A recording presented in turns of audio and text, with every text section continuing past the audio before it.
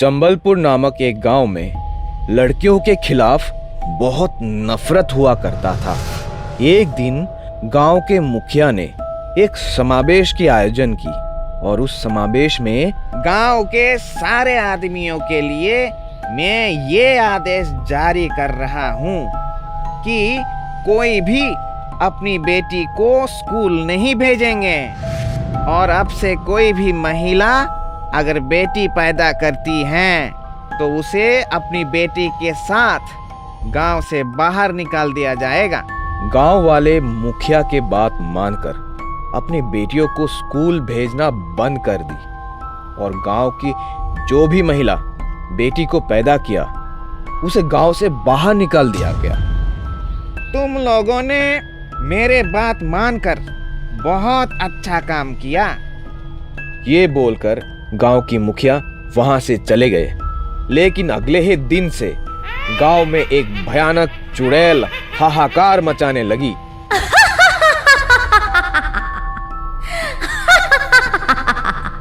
मैं तुम आदमियों को खा जाऊंगी, तुम्हारा खून पीऊंगी।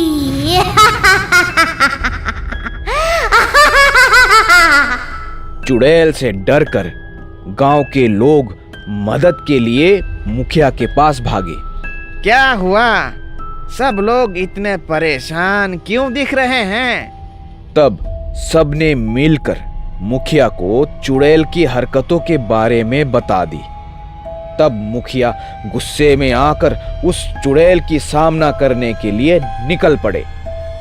ए चुड़ैल, तुम मेरे गांव के आदमियों को क्यों तंग कर रही हो? तुम्हें क्या चाहिए? मैं तो तुम्हारी इंतजार कर रही थी, बेवकूफ। ऐसा बोलकर चुड़ैल ने मुखिया के गर्दन पकड़कर हवा में उठाई। अरे मुझे छोड़ दो दीदी, आपको क्या चाहिए बोलिए, मैं तुरंत ही वो काम कर दूंगा। तुम्हें गांव की बेटियों को पढ़ाने की जिम्मेदारी लेना पड़ेगा और गांव की महिलाओं को उनकी बेटियों के साथ वापस बुलाना पड़ेगा, ठीक है? ठीक है दीदी, मुझे छोड़ दीजिए। चुड़ैल ने तब मुखिया को छोड़ दी और बोली, और अब से गांव की सरपंच एक महिला होनी चाहिए, एक महिला। ये सुनकर गांव की महिलाएं खुश हो गई और चुड़ैल की जय जयकार करने लगे। 4 सिर वाली चुड़ैल का कहर पूरे गांव में था। एक दिन चुड़ैल अपनी बाकी 2 बहनों के साथ शिकार पर निकली, लेकिन अचानक चुड़ैल की बहन उड़ते उड़ते बेहोश हो गई और जमीन पर आ गिरी। अरे ये क्या हुआ? मेरी बहन को अचानक बेहोश कैसे हो गई? लगता है ये कमजोर होती जा रही है, इसे अब ज्यादा गोश्त देना होगा। वो तो ठीक है, लेकिन अभी क्या करें? चुड़ैल बहनें काफी कोशिश करती हैं, लेकिन उनकी बहन नहीं उठती और अचानक सामने से आते हुए डॉक्टर को देख एक चुड़ैल चिल्लाकर कहती है, अरे वो देखो, डॉक्टर बाबू आ रहे हैं। इस पूरे गांव का इलाज यही करते हैं। जब भी कोई बीमार, खांसी, बुखार हो जाता है या फिर कोई बड़ी बीमारी में फंस जाता है। अच्छा, तो ये डॉक्टर है, इसे पकड़ कर ले आती हूँ। चुड़ैल डॉक्टर को पकड़कर अपनी बहन के पास ले आती है। डॉक्टर मदद की बहुत गुहार लगाता है। छोड़ो मुझे, कौन हो तुम? अरे छोड़ो मुझे, चुड़ैल चुड़ैल, कोई है, मुझे बचाओ। जल्दी से मेरी बहन का इलाज करो, इसे पहले जैसा ठीक कर दो, नहीं तो मैं तुम्हारी जान ले लूंगी। डॉक्टर चुड़ैल का इलाज करता है। कुछ ही देर में बेहोश चुड़ैल को होश आ जाता है और वो खड़ी हो जाती है। डॉक्टर जान बचाकर भागने लगता है। ऐसे कैसे जाने दूं? तुमने अभी तो कहा ना, इसका पेट बिल्कुल खाली है। तो चलो, आज हम तुम्हें खाकर ही अपनी भूख मिटाते हैं।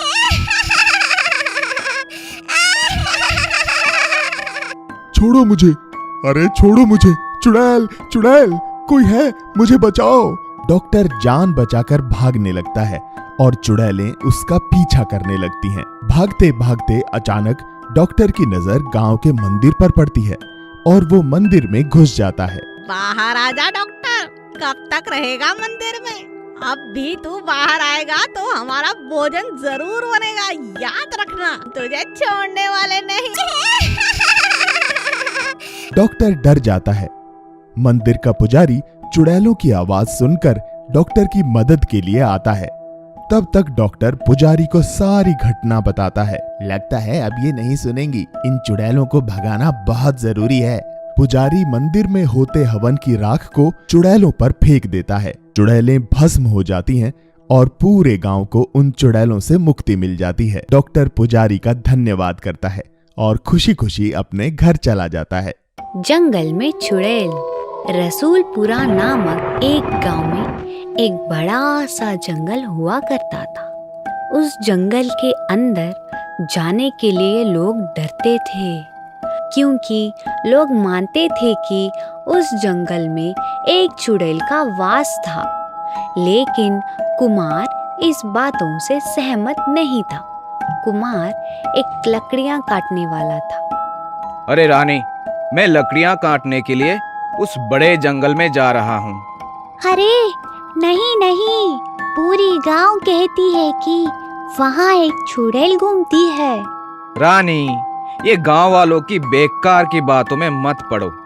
ये चुड़ैल वुड़ैल कुछ नहीं होता है। वे अपनी कुल्हाड़ी लेकर जंगल की ओर चला गया। आज तो बहुत ज्यादा लकड़ियां काटनी होंगी। कुमार पेड़ काटने लगा और उसी वक्त कुमार को पेड़ के ऊपर से चुड़ैल की भयानक आवाज सुनाई देने लगी और वह ऊपर की तरफ देखा। अरे बाप रे, ये कैसी आवाज है?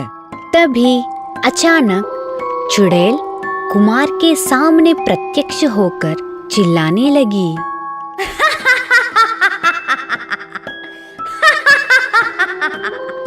मैं तुम्हें जिंदा नहीं छोड़ूंगी।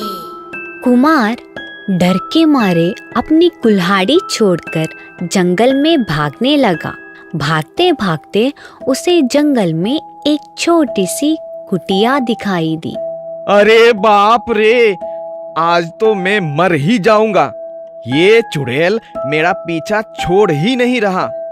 मैं एक काम करता हूँ, मैं इस कुटिया के अंदर छिप जाता हूँ। तभी अंदर से बालाजी बाहर आकर पूछा, क्या हुआ? क्यों इतने घबराए हुए हो? शांत हो जाओ और बताओ। तभी कुमार ने चुड़ैल के बारे में बालाजी को बताया। ये सुनकर बालाजी ने कहा, तुम यहीं रुको, मैं गंगा जल लेकर आता हूँ। बालाजी अंदर से गंगा जल लाकर थोड़ी सी कुमार के ऊपर और थोड़ी सी अपने ऊपर छिड़क ली। मैं तुझे जान से मार दूंगी।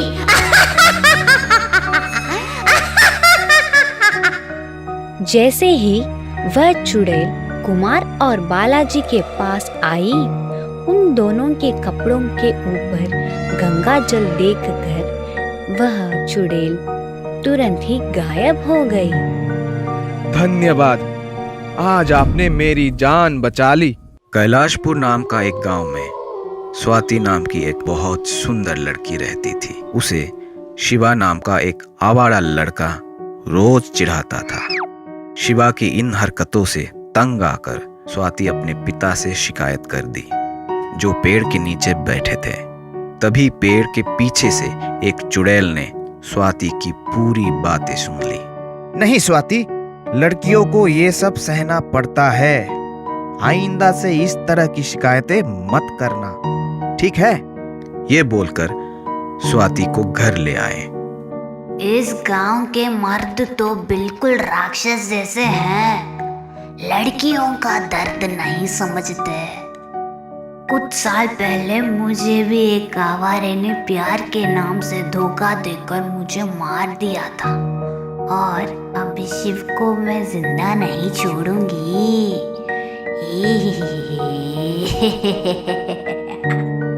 चुड़ैल ने रात को स्वाति के घर जाकर उसके शरीर में घुस गई।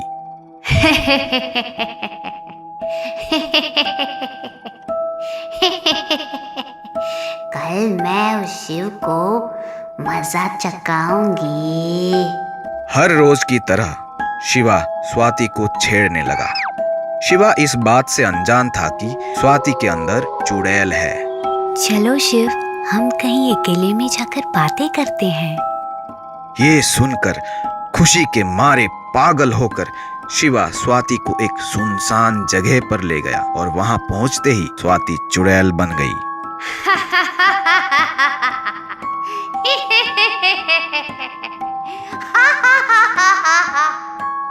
अरे स्वाति, ये तुम्हें क्या हो गया? ये बोलकर डर के मारे शिवा वहां से भागने लगा। तभी चुड़ैल उसका हाथ पकड़ ली। मैं तुम्हें सबक सिखाऊंगी। तुझे लड़कियों को छेड़ने की बड़ी शौक है ना? अरे मम्मी, मेरा हाथ छोड़ दीजिए। चुड़ैल बहन, मैं फिर ऐसा काम कभी नहीं करूंगा, छोड़ दो मुझे। ठीक है। बोलते ही शिवा का हाथ काटकर उसे छोड़ दी। मर गया मेरा हाथ। शिवा वहां से भाग गया। उसके बाद चुड़ैल स्वाति की शरीर को छोड़कर चली गई और स्वाति खुशी खुशी अपनी जिंदगी बिताने लगी।